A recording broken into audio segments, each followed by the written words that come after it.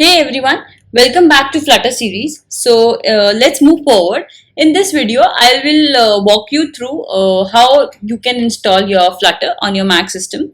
So let's start. So the minimum set of requirements are that you should have at least 700 MB of space, which is just for your Flutter installation. And the whole point is that we build Flutter applications. So we are going to deploy it on iOS and Android. So, which means that both Android Studio and Xcode, which are very large applications, obviously they will require more space. So, I'll suggest you to have at least 10 GB of space in your system. So, the next is your tools, that is your Git. So that should be installed. If not, then just click on this link, install Git separately, and just install it from here. Okay, so the next point is to have your installation bundle with you. This is a zip file. You can install it from here, and it is going to contain all of the Flutter code and other things that will enable you to build your Flutter applications. So once it will be done, then double click on it to unzip it, and after the extraction, you will end up seeing a folder called Flutter. So that folder would be something like this. You will see this folder Flutter after you unzip this zip file. So okay, now what we have to do is we have to move this Flutter folder into some permanent location.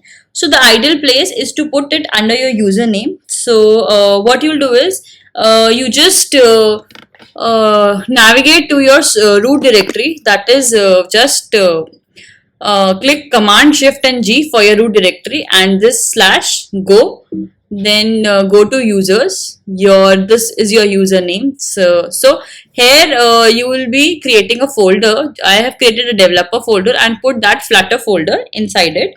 So this will be the part. Navigate it through your username and then put that Flutter folder over it. So now what next is to be done is just go to your terminal. I'll be starting with this thing. So see, this is the desired location as I told you, and just unzip over there. And yeah, this is now what we have to do is we have to add the Flutter tool to our path. So we'll just open a terminal. So okay. So be careful of it that there should be your username behind it. So for username, what you can do is just cd and go back to this and just drag and drop it here. So this will show you your username. So since it's mine is this only, so it is showing like this. So now what you have to do is you have to check which shell you are using. Sometimes doing it in the usual way does not connect it with Flutter, and even I face this problem while installing Flutter. So it's good if you check once your shell. So for checking your shell, just write echo dollar and shell. Sorry, it should be all caps. Yeah, this is ZSH shell, and it could be batch shell also. So for that, what we have to do is the next part is we have to either create a file or open an existing file. I'll just open this existing file. So this is my file.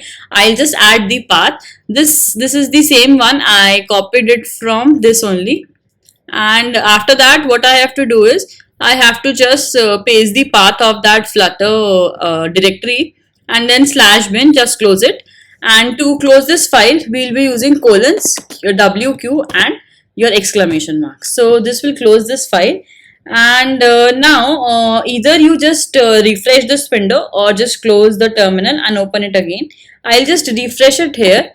For refreshing, just write this home /.zsh. So it will refresh it. Now you can also verify your path once. So that is using echo dollar path. This is verifying my path. Then the main the important command is to run your Flutter to version. You should check your version. So this is my Flutter version. It will yeah. So this is my Flutter version. This is 1.22.0. So next command that is useful is your Flutter Doctor. So I'll just run Flutter Doctor.